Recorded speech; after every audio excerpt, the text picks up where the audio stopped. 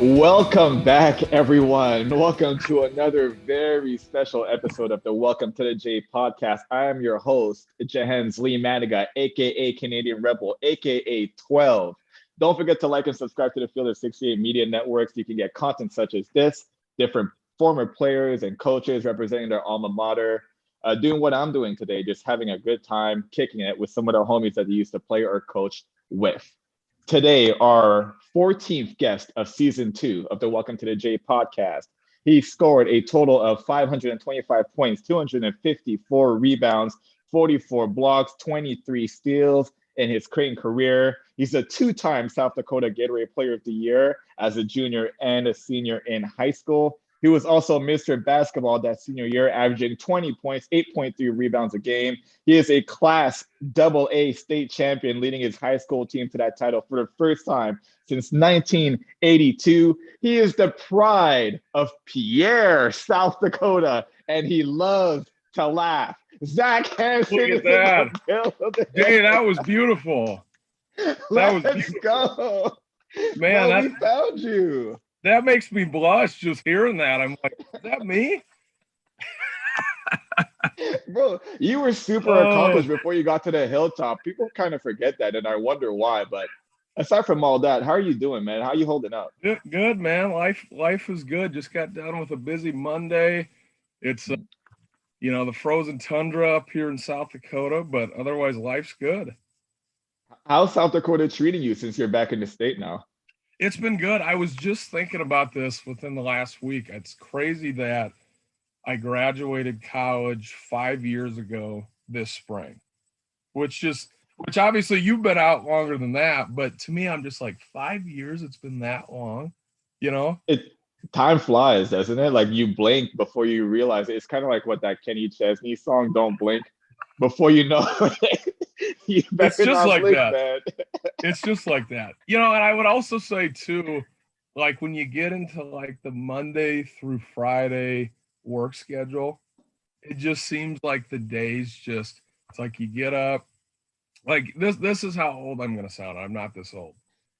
Let's hear it. Get up, have coffee for like an hour and a half, go to work, at work all day, come home, try to work out. I'm not a big cardio guy, so I got to do what I can. But, come home, work out, eat dinner, you hang out for a little bit, you go to bed. It's like the days just seem to, I don't know, they just fly by when you get into that routine, which I'd say life's good too. And that's probably what makes it go by fast too. But yeah, everything's well. When you're having a good time, it seems like it goes by faster for sure. I could definitely agree with you on that. It traditionally does. We're just grasping away, hoping to keep time still, but it has to keep moving, unfortunately. So, remind me. So you graduated 2014. So you'll be 8 years out this spring. This is my 8th year playing pro right now. Next year will be 9th. Yeah. Does that feel like it's been that long? It honestly, sometimes it does and sometimes it doesn't. When it really does is when I'm back in Omaha in the summertime and I'll jump into the practice with the boys. I'll get back on campus. I'll do my little light stretch on the side. And I'm seeing the young guys, the 18-year-olds, flying up and down the court. I'm like, there's no way I was moving that fast back then. And, Coach Mack and the staff remind me like, yeah, you used to kind of look like that too. But that's when it feels like it's really flying by for me. I can picture you walking up the what they call that the main area? The mall. Yeah, the mall. You'd always you'd have the headphones on, you'd have the socks pulled over the sweatpants, have the hoodie up. I still do. I can just picture it now. Hey, some things don't change, Some habits are hard to break. You know what? When it's January in Omaha, you can't let any heat get out of those sweats when you're walking the mall. The joke is, I was doing that, obviously, being a Canadian kid, being used to like the frozen tundra, like you just said earlier. Yeah. That's something I used to do all the way like through high school and all of that. And no one was really doing that. I don't want to say I started a trend, but like you said, like that is what I used to do because I fully understand. In Canada, we used to throw on the big old wool socks. I didn't see too many of those in Nebraska, but that was definitely the style for sure. It still is, like I just showed you. Yeah. No, you must have started the trend because I can't think anybody else.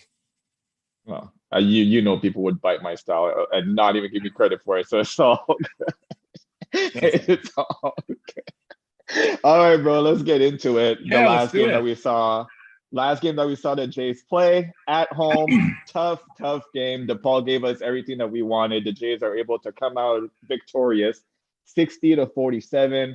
We had big Ryan Kalkbrenner down the middle, leading the way, 18 points, 10 rebounds. Trey Alexander, freshman, coming off the bench, his best game of the season so far, was all over the place for the Jays. 12.7 rebounds, 2 assists, 3 steals, and a block.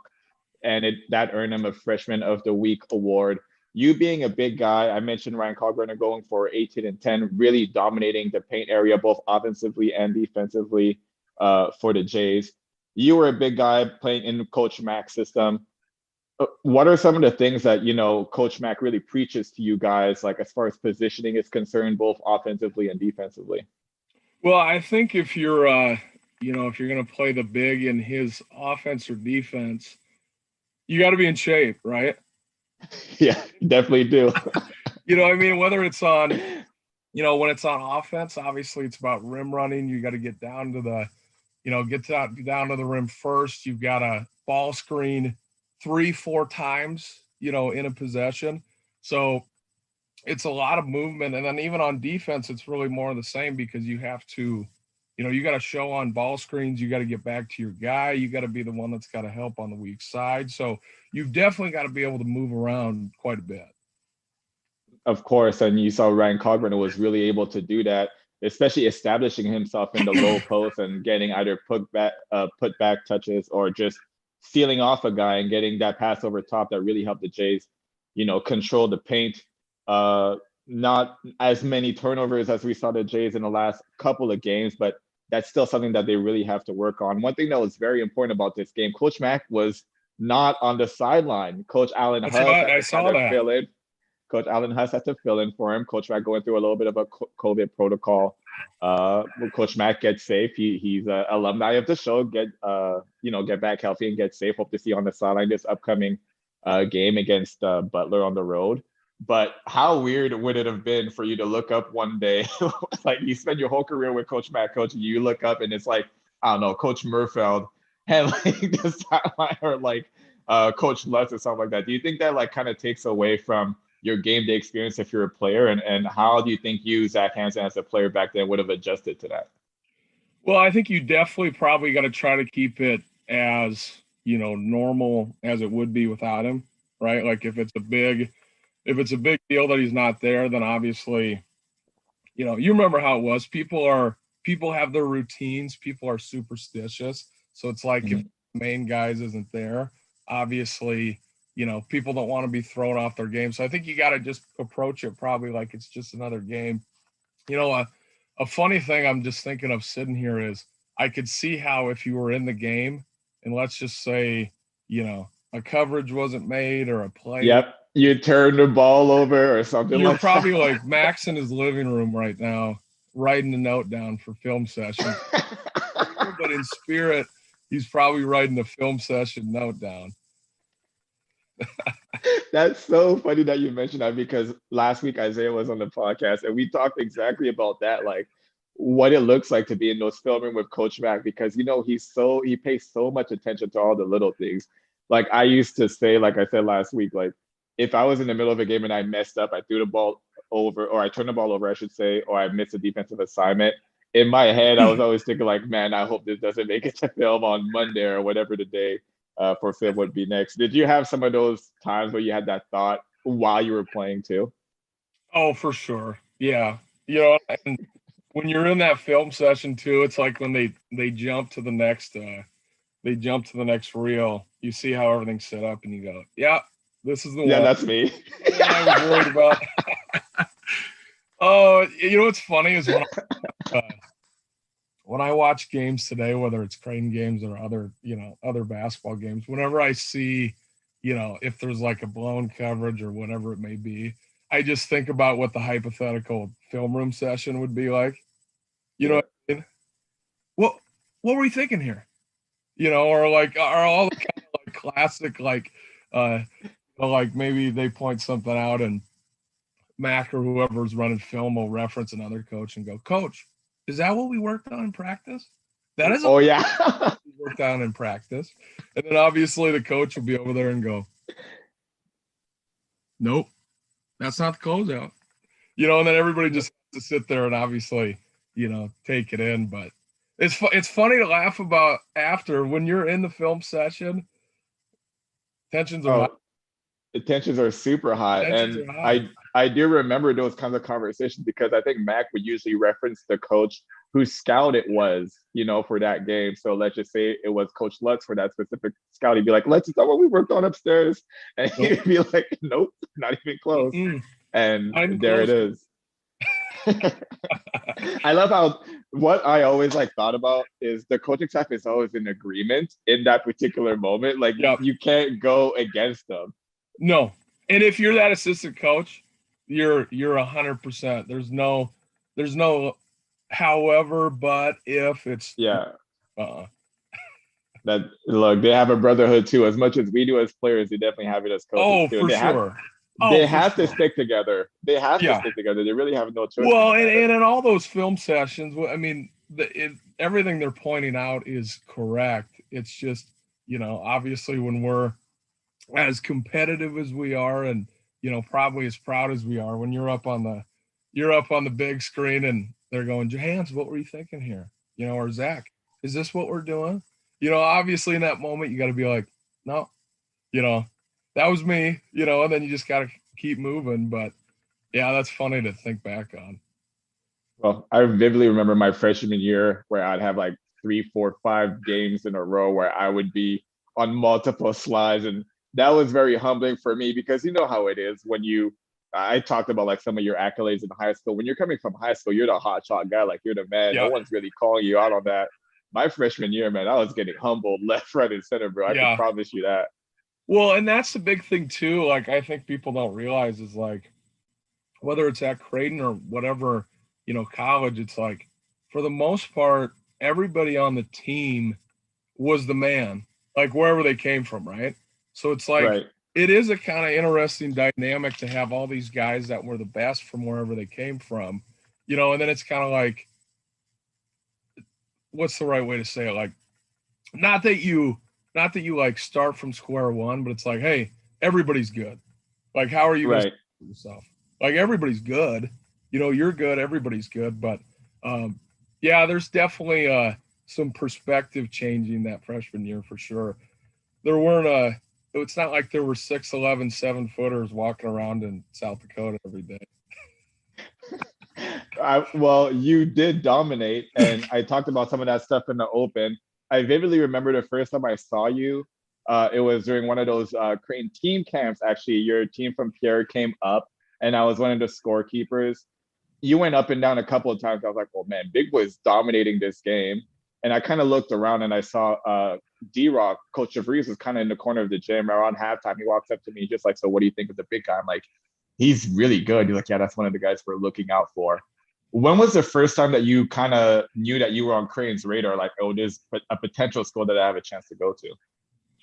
I want to say Mac reached out to me probably sophomore year, I would say. And then D-Rock was the main coach that recruited me, but it was probably I would say it's probably freshman, sophomore year, and then from there on, obviously, but probably the time frame.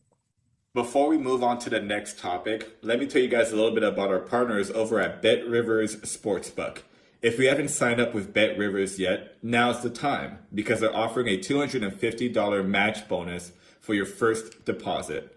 But what sets them apart is that they require just one playthrough to turn your bonus into cash money. With the new Rush Pay instant approval, withdrawing your winnings is safer, more secure, and more reliable. With basketball season tipping off, get in on the action by going to betrivers.com today or by downloading the BetRivers iOS app. Must be 21 years or older. Gambling problem? Call telephone number 1-800-GAMBLER.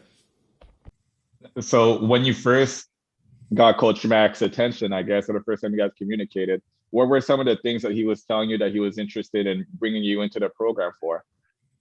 Well, at the time, it was Here's actually a funny here's a funny story. I don't know if you Let's hear it. At the time, the bigs were probably Echenike. Like when I was recruited, right? It was probably Gregory, Will, and Ethan probably came off the bench at the time. So I think I was being recruited more. Probably, I'm not obviously making a comparison of myself to Gregory, but I was probably being more recruited as that style of a big man versus like a stretch four. So probably, just how I was going to incorporate into the offense would probably be, similar to Gregory, right? Like a lot of ball screens, a lot of seals, running the floor.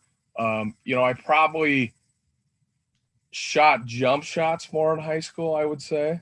But obviously, when you get to the level of what we're at, there was probably somebody on the floor better at shooting jump shots than me.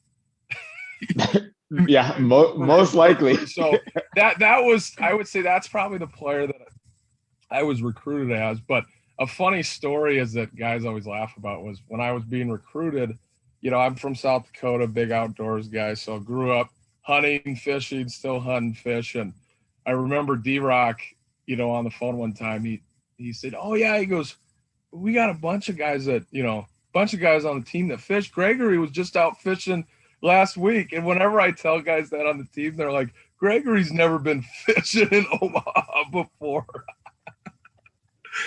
Oh, always no chance like there's in lakes hell. of course, but I don't think Gregory had done any. D-Rock's like, yeah, no. he was just out fishing this week. Hey, whatever it takes to get you in the white and whatever blue, it baby. takes. Whatever no it takes. chance in hell was Gregory's big ass in a boat in Omaha fishing. No chance. And at the time, Greg, I was like, oh, that's cool. Yeah, Greg, if we're wrong, come on the show and prove us wrong. But I'm willing to bet my reputation that Gregory was not out there, bro. Maybe he's an avid fisherman. We don't know. Yeah, maybe it's something that he just picked up. I guess what was that? That was going to be like his senior year, I'm assuming, right? Yeah. Yeah, roughly. Yeah. D-Rock, that's shameless, D-Rock. Come on. Oh, that's funny. I want to know, what are some of the other schools that were recruiting you? And then why did you ultimately choose to come to CU? Yeah, I would say my top 5 or 6 probably at the end. I think I had full ride offers from Creighton, Nebraska, Iowa State, Missouri, and I think Gonzaga was probably in my top 5. I think that's 5, maybe it was 6. But I think, I don't know, there was a gross amount of schools, but I think it got narrowed down to those 5 or 6. And I think what it came down to for me, being from, Pierre, South Dakota, Omaha was only, 5 or 6 hours away. My folks made it to, I bet they only missed 4 or 5 games probably in Omaha. So growing up, they always came to all my games. So I know it was important, obviously, to be close enough where they could, travel to the games. And then obviously, the program that, you were part of building, at the time, I think just the reputation of that, I think how big Blue Jays basketball is in Omaha, for, a state that doesn't have, doesn't have an NBA team or NFL team, the Creighton Blue Jays they're kind of that team, right? Consistently for however long, you look at the numbers, they get 17 to 18,000 people to come to every game. And when you go to a game, it's rocking, right? It's rocking. You know what I mean? And I feel like when I saw, it's like, this is the, they take this really seriously, that, Omaha backs the Jays so well. The environment at the, what's funny is when I was getting recruited, it was the Quest Center, and then it was the League Center when I played. And then now when I watch the games, it's the CHI. House. Yeah. Yeah. But, but I remember though, when it was the Quest Center, they were averaging, the same numbers they were today. And I was like, how could that not be fun to play in front of, Right. And so that's what contributed to it. And the interesting part was at that time, we were still in the Missouri Valley. And then my freshman year, your senior year was the Big East. I love that you're just transitioning into my next topic of I'm actually conversation. hosting Anyways, this show. you're hosting the show. Hey guys, I'm a guest on Zach's podcast today. Oh, No, but for real, because I talk about this with Toby too. You guys came in together, right? yep. Both guys recruited thinking that you're going to play in the Valley. All of a sudden, by the time you got on campus, it's a Big East team. Where I want to know, kind of, where were you when you first found out, like, oh shit, like we're moving to the Big East, like I'm not playing in the Missouri Valley? And then what was your mindset after you found out? Because after you tell your story, I kind of want to tell you what my kind of train of thought was after we found out that we're moving to the Big East. Yeah, and I remember I listened to Z's, and you guys were kind of talking about the, Missouri Valley versus other conferences, and obviously nothing against the Missouri Valley. I mean, there's tons of great teams that have went through there when you guys were competing there. Tons of great teams.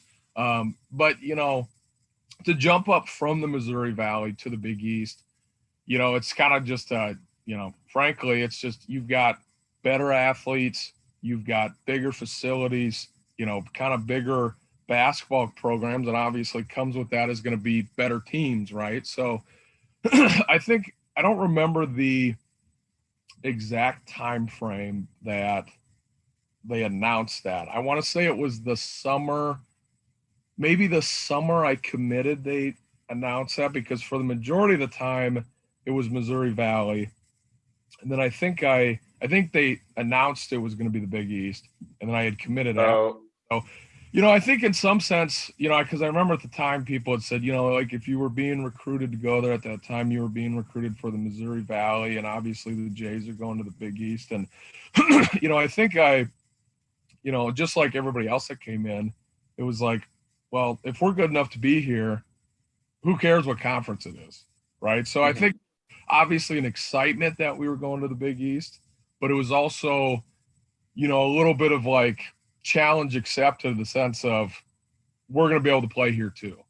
Obviously, that was the same for the program, but individually as a recruit that started as a Missouri Valley recruit, committed as a Big East recruit, I think it was, like we're still supposed to be here. I remember that mindset a little bit. So we were in Philadelphia going to the NCAA tournament, and there was rumors kind of speculating going into Arch Madness, which was the Missouri Valley Conference tournament in St. Louis the week before. We beat Wichita State in the finals. We're celebrating, and the rumors just started kind of like spiraling out of control, where like it kind of started halfway through the year, like, oh, there's a chance that we might leave because the whole conference realignment stuff that was happening with the Big East football schools wanting to leave and do their own thing, and the Big East Catholic schools wanted to stay behind and really keep it a basketball-centric conference, right? So that's how we found out. Was we were in Philadelphia, and like we knew for sure, but we weren't allowed to tell anybody because we hadn't like made the move yet officially, right? Like Raz really hunkered down, was just like, hey, you guys can't tell anybody, yada yada yada.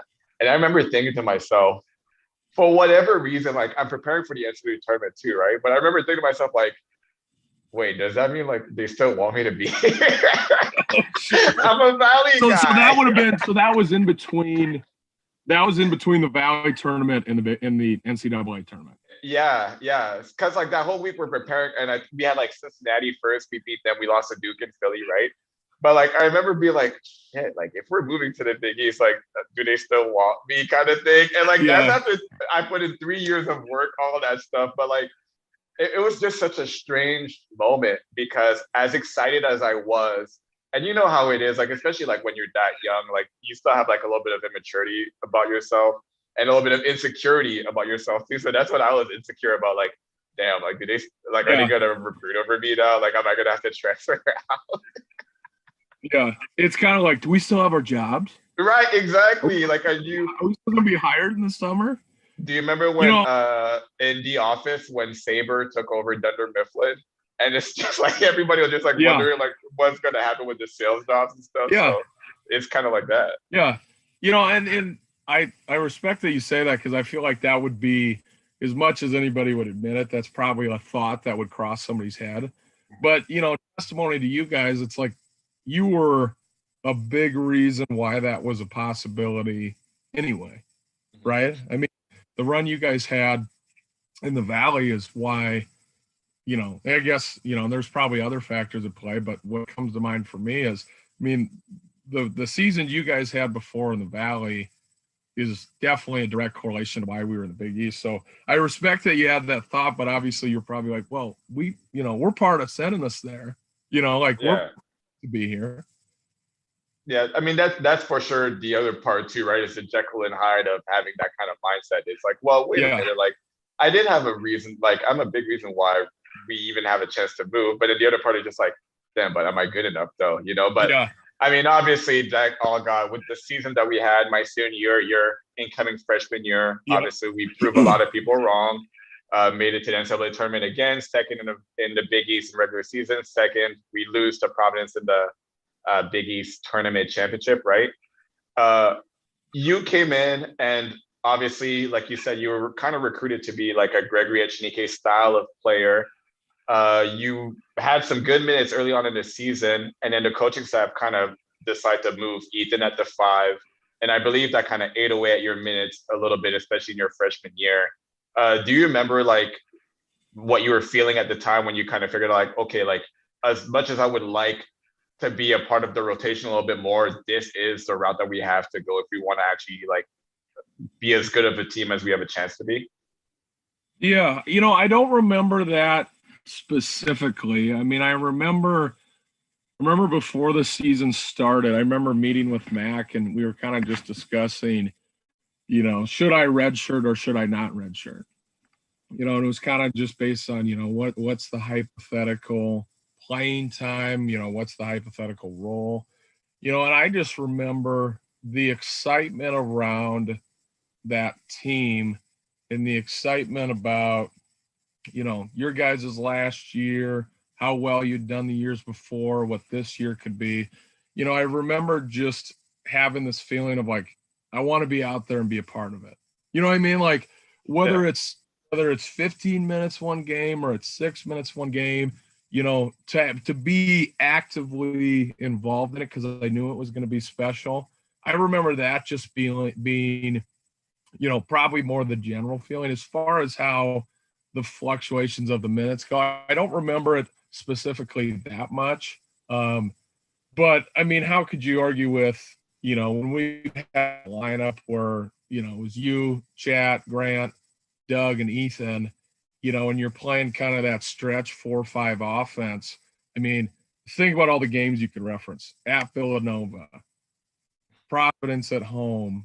Mm-hmm. I'm forgetting, 3, 4, 5 other ones, but it's like when you guys were clicking, I mean, there wasn't many people, if anybody, that you guys couldn't beat. You know what I mean? Mm-hmm. When he was hitting, Doug was hitting, you guys were hitting, the ball was moving, you were playing that fast-paced offense. And on the flip side of it, being more of a traditional big man, when you've got a guard, a 4 and a 5 that can shoot, that totally changes the approach, right? Like if I'm guarding a ball screen and the guard comes off and I go to help, they're going to kick that back to the big for the 3.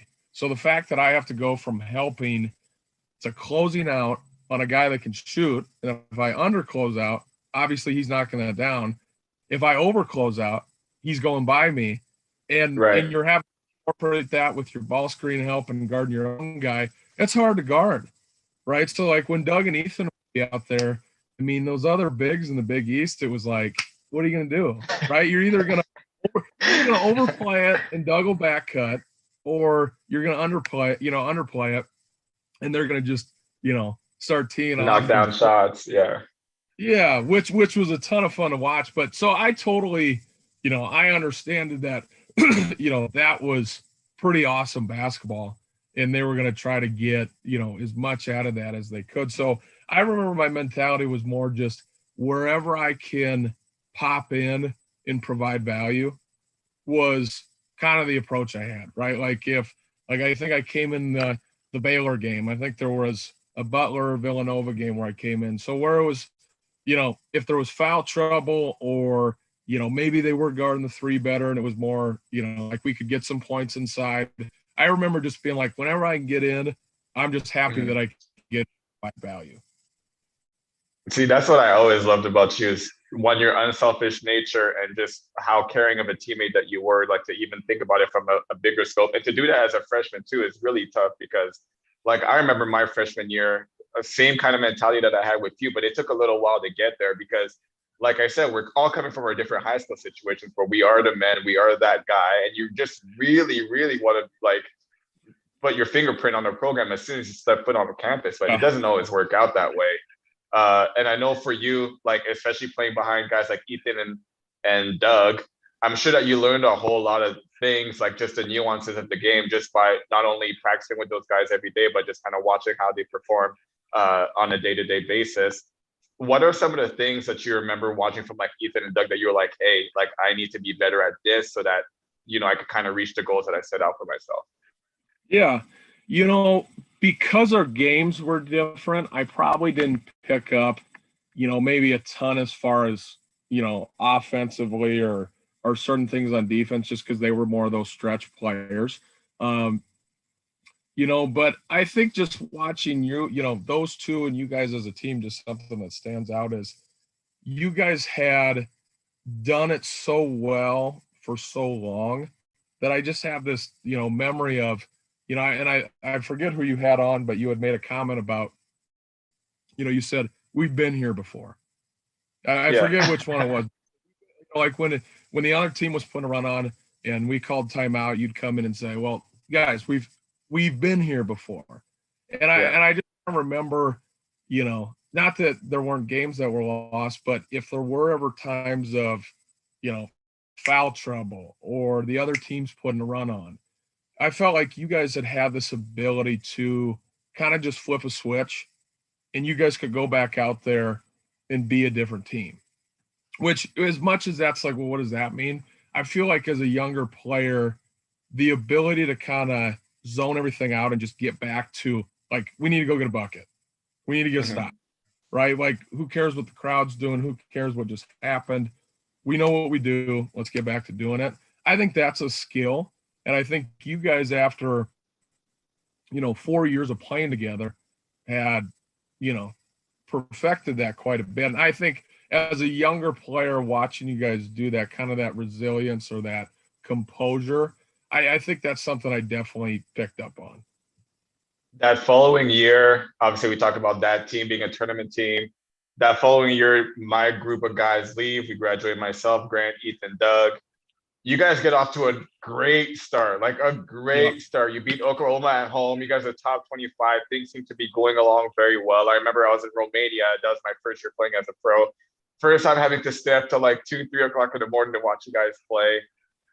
And then there's a stretch of games where you guys just lose so many close games, lose by 2, lose Yeah. by 1, lose by 3.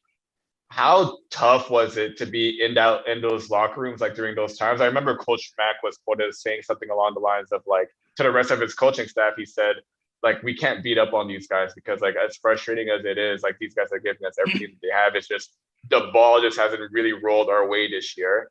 How frustrating or tough was it for you to be, an ascending player in that locker room where things just don't seem to be going well? Yeah.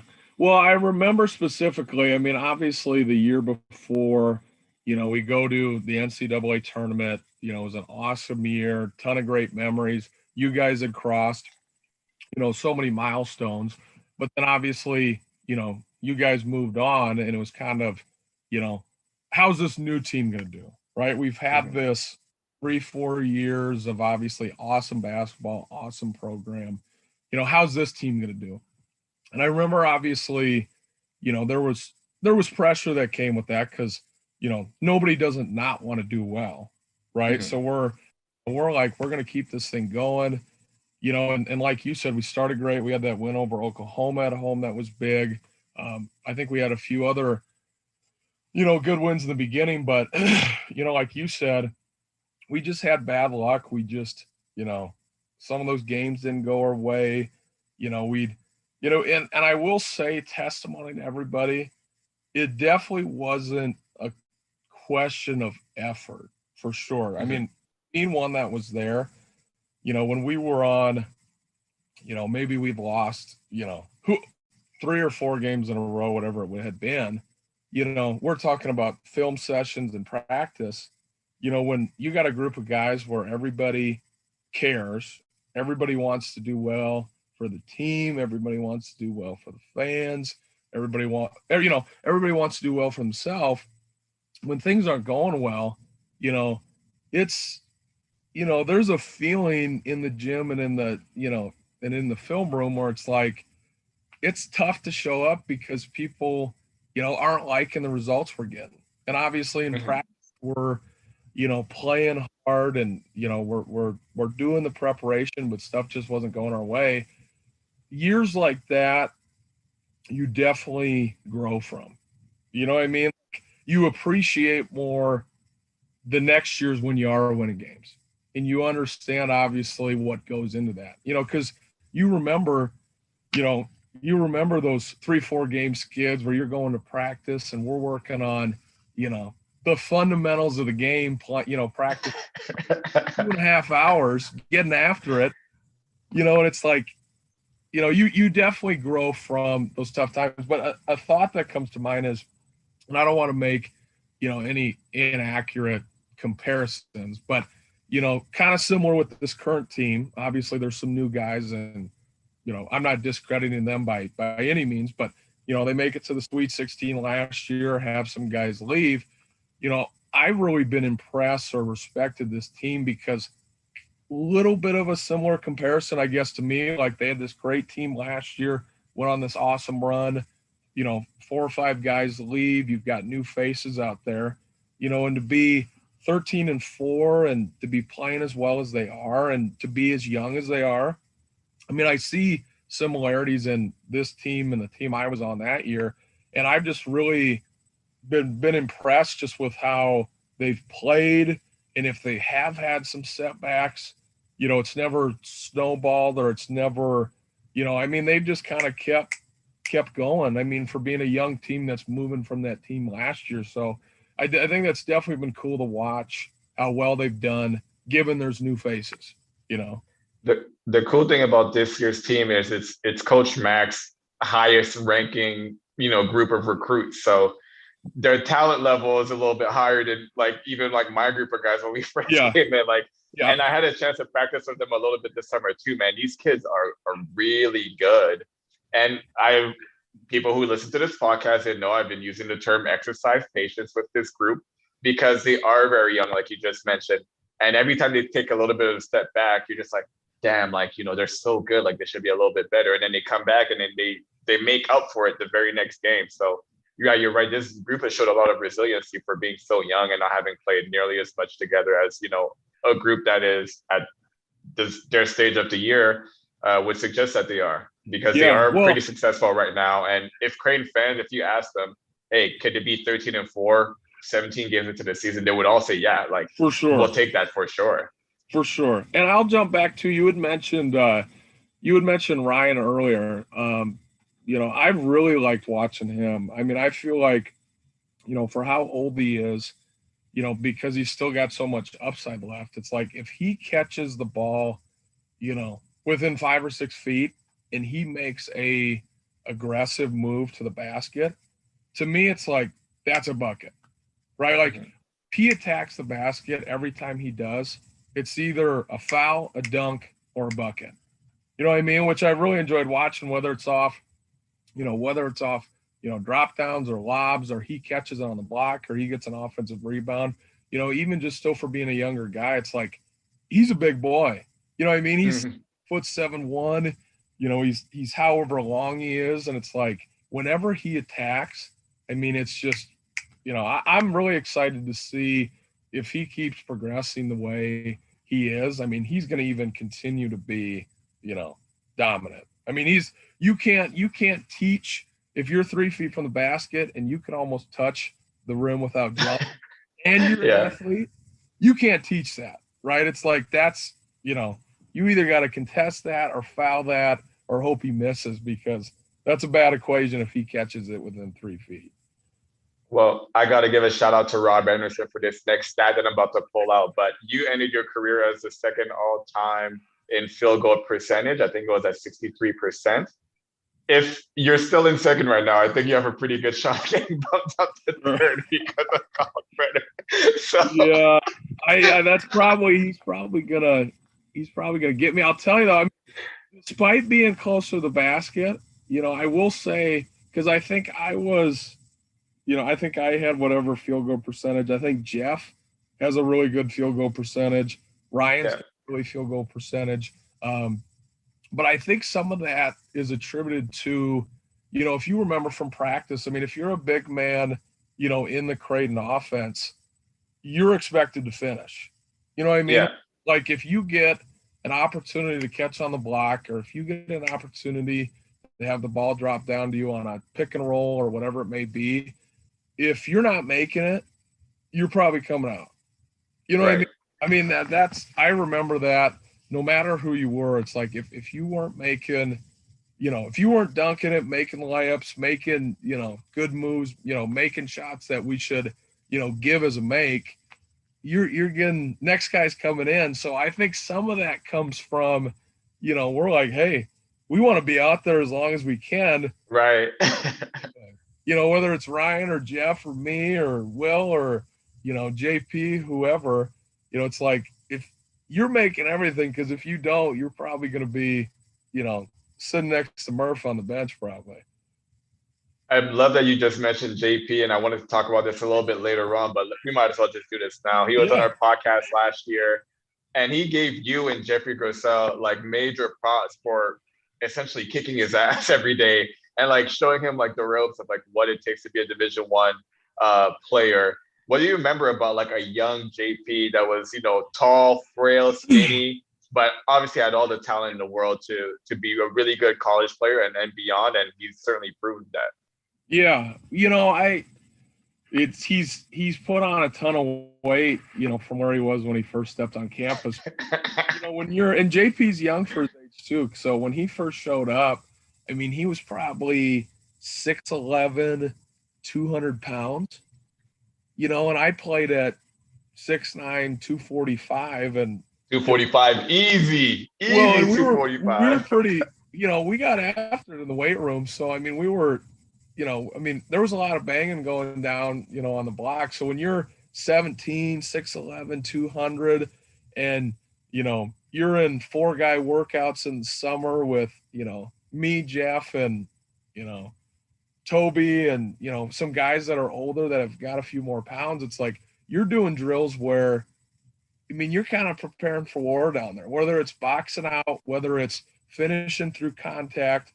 I mean, those workouts were, they were intense, right? Guys were, it was physical. Guys got after it. So, and same thing when I was a freshman, you kind of just adjust to, these guys aren't 17, they're 22, they're not 200 pounds, they're 250. So I'm sure there was just a lot of, you're going one-on-one with guys, a lot of physicality, a lot of getting after it. But, JP was just so gifted, I mean, 6'11", 7 foot, crazy wingspan. Obviously he could dribble, he could shoot, he could jump. And it's like he had all the, foundations of how good he's become. It's just as he's gotten older, put a little more weight on, gotten more confident.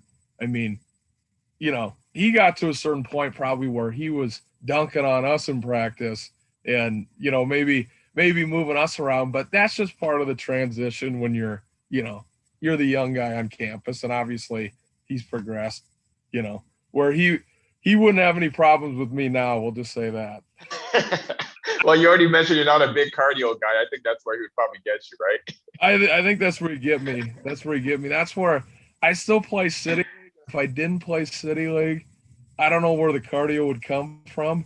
So yeah, every year when I go, well, maybe this will be my last year, it'll swing back around, and I'm like, well, unless you want to be 300 pounds, we better keep playing. There it is. That's good motivation for sure. For sure. Every 5 years, college teams have a chance to do like an international trip. My group went on the well-documented Bahamas trip. Your group, however, went to Italy, and that's something that like I feel like not a lot of Korean fans either talk about or know too much about. I want to know from your experience, how was that trip? Like, what were some of the things that you guys were doing? What were some of the teams that you were playing against? And like more importantly, what was that camaraderie and team building aspect of that trip? What was that like for you guys? Yeah. I mean, 5 years out of it all and a little bit older. I mean, I look back on that and it's like, not that we didn't earn, to be there and to be in the program, but I mean, to have the opportunity to get taken to Italy for 10 or 14 days that we were there. I mean, how fortunate were we? You know what I mean? Like we all came, South Dakota, Minnesota, Kansas, California, Canada, the list goes on and on. We're all from wherever we're from. And the fact that as a group, we got to get taken, across the ocean to Europe to be there for 14 days and see all those cities and I'm a big eater, to eat all that Italian food and to kind of take How did I know food was gonna creep its way into the conversation? That's probably top 3 favorite part of the trip for sure. But I mean, to get to do that, and obviously we were taken there, right? I mean, they brought us there to have that experience. I think just even going forward in life, how cool, because some guys, who knows, they may never go there again, right? So the fact that able to get to go see all those different sites, experience that country, I think very fortunate for that opportunity. And I do remember, just playing the different Italian pro teams we played and being on the bus and kind of doing some of the different touristy things or having dinner at night with the team, definitely built, camaraderie and bonding. And obviously when it's going from one season to the next and you're in that in-between summer, you just got guys that are playing together, maybe in lineups for the first time.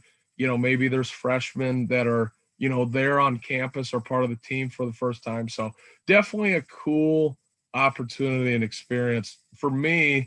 And then I think for the team for sure. I know in our situation, that trip to the Bahamas really helped turn things around. I'm always a big believer that, how you are off the floor will certainly affect how you play on the floor.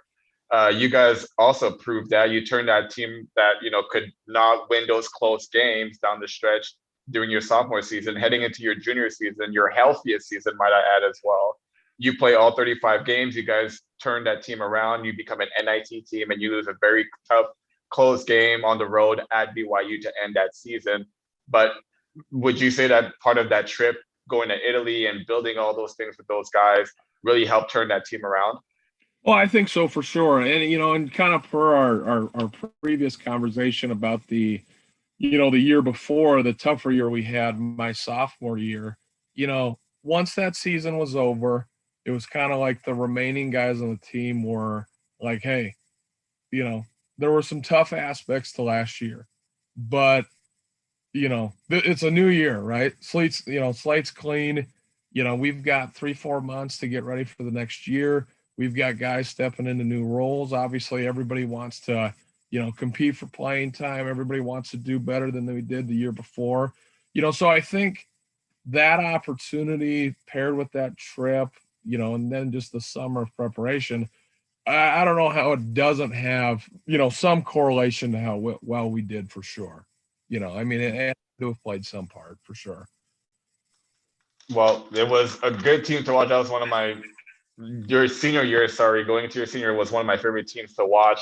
I think that's when we saw the ascension of JP. You had Kyrie, you had Marcus, you had Wap handling the point guard duties. But for you, going into that season, you had knee surgery, I believe, in the off season. You hurt your ankle again that senior year. Just the injuries just start to pile up and you really start to slow down a little bit as a player. But you fight like hell, you do all your rehab, you come back in January that year, and you finish off the season for another tournament bid team. So to start your career, you are on a tournament team, and to end your career, you are on a tournament team. How cool was it to just kind of see all that come full circle? All the 4 years of blood, sweat, the tears, the rehab, the frustrations, the wins, and everything that come with that. How cool was it to, kind of end where you wanted to, which is to be an NCAA tournament team and to just kind of set that standard for Creighton Blue Jays basketball moving forward? For sure. Yeah. I mean, I'll speak on that in two parts. I would say as far as the injuries I had, not going to lie, I mean, it was a tough experience. I was going into my senior year. I had played a lot the junior year. I'd probably had my, best year yet. After, that junior year was probably my best year yet. I was probably playing, 15 to 20 minutes a game with Jeff. And, I remember I had hurt my knee that summer, and it was kind of like, well, it's early enough in the summer. If I just, work my ass off, I can get back for the start of the season. Right. So whether it was weight room, the surgery I had, rehab with Ben, hours with Ben, which, and I was proud of all that. And I was grinding, and I did get back, and I was, my knee wasn't quite the same, but I was playing, I was playing a decent amount, and I was playing well. And obviously our team was, we were rocking, right? It was rocking, rolling. Yeah, we beat number 8 Wisconsin. I think we were 23. We played them at home, and I remember, it was kind of like Wisconsin's coming in here, and I think they were thinking they were gonna, beat us at home, and the place was sold out, rocking. It's like and we kind of took it to them. It was a great game, and really from there on, we went down to U.S. Virgin Islands, and we played Washington State, NC State. I think we played Ole Miss, I think, and we were just rolling, right? Defensively, offensively, I was coming off the bench. I think we had, some other guys coming off the bench that did well. Everything was just kind of cooking. It was just working great. And obviously to, then blow my ankle out after the knee, it was just like, we were just, I think the next week after I did that, I think we got ranked like number 8 in the country. Yeah. So it was like, God, I want to be a part of this season. So I remember, they kind of were saying, hey, this ankle deal, this is kind of like, this kind of a season ending deal, right? You're going to have surgery. They're going to replace all those ligaments in there. And I remember just telling the surgeon and telling Ben and telling Mac, I was like, I want to be here at the end because I think we're going to do some pretty cool stuff. So a lot of the rehab and work, to come back, like you said, I was probably 60, 70%, but to still, come back at the end and get to participate in the Big East tournament, the NCAA tournament. I definitely hang my cap on that. It was a grind, and I'd like to think as much as, I didn't get to 100%, I still think I'm better for it today, the grind of it. So I don't really have any regrets as far as, the work I put in to get back, because, I think I'm definitely better for it today. And obviously it was, to be able to do senior night and, play in senior night and be back at the end for the tournament, was something to hang my hat on for sure. We got a few Twitter interactions that we definitely have to go through. Sure. Rick Warner has some very complimentary words for you. He says, "Oh man, love that dude. Zach was one of my favorites. Hardworking farm boy from SD." That's true. His work ethic was phenomenal. Both he and Isaiah Zierden were exceptional, tough as nails. So that's from Rick. Shout out to Rick. Appreciate you chiming in.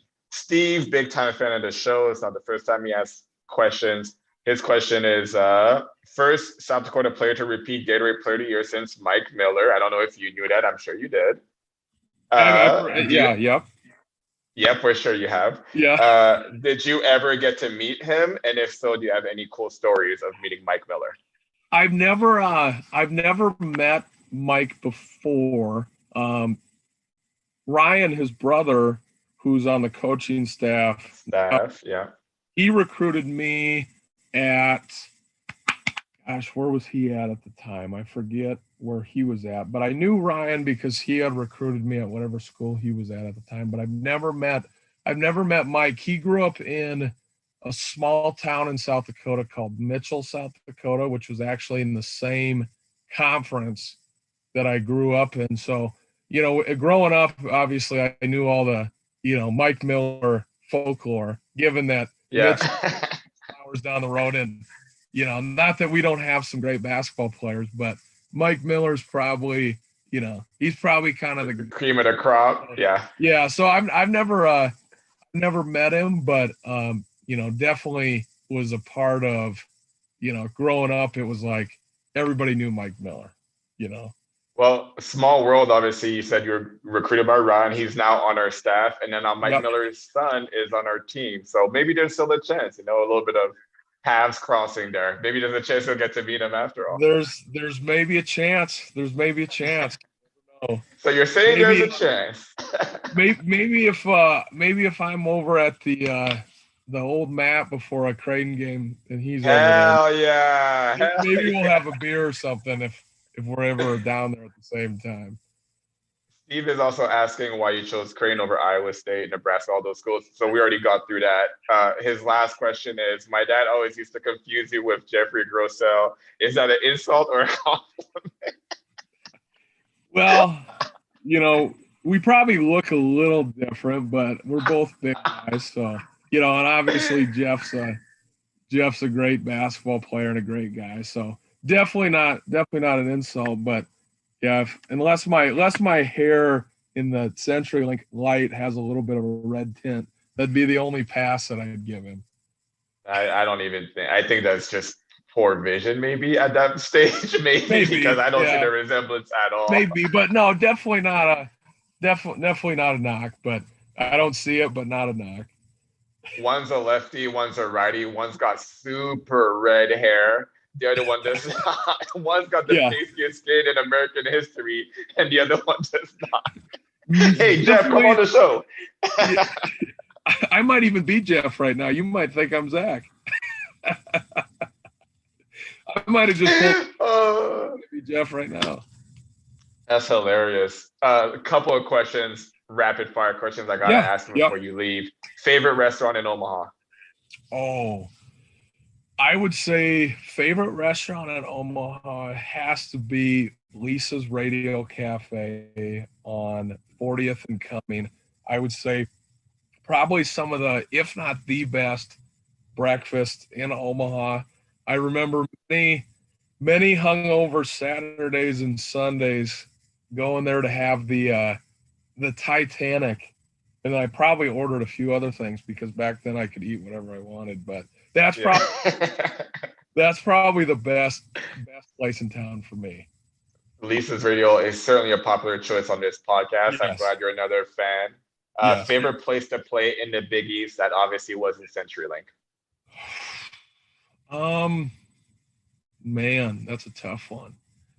I don't think one stands out specifically. I would say the handful that do stand out is Providence was always a fun environment to go to. I remember always describing that as it almost felt like the fans cheered when you guys did bad versus cheering for their own team when they did. Yeah. Right? Like if we were there and we turned the ball over or miss a shot, it was almost like the cheers were louder for that than if they got a dunk or a three-pointer. It was just kind of just like the East Coast mentality. Like we're coming in from Nebraska, they just wanted to, ride us and give us a hard time. And so definitely that was a good environment.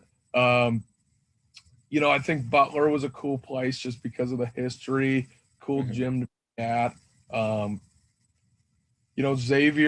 Xavier was always a good environment to go into. Really, they're all different and they've all got their own history.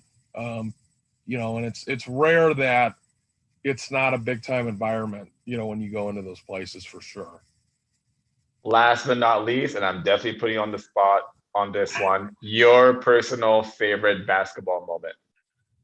Ooh, favorite personal basketball moment. So just in general. College. We'll take high school out of it. Yeah.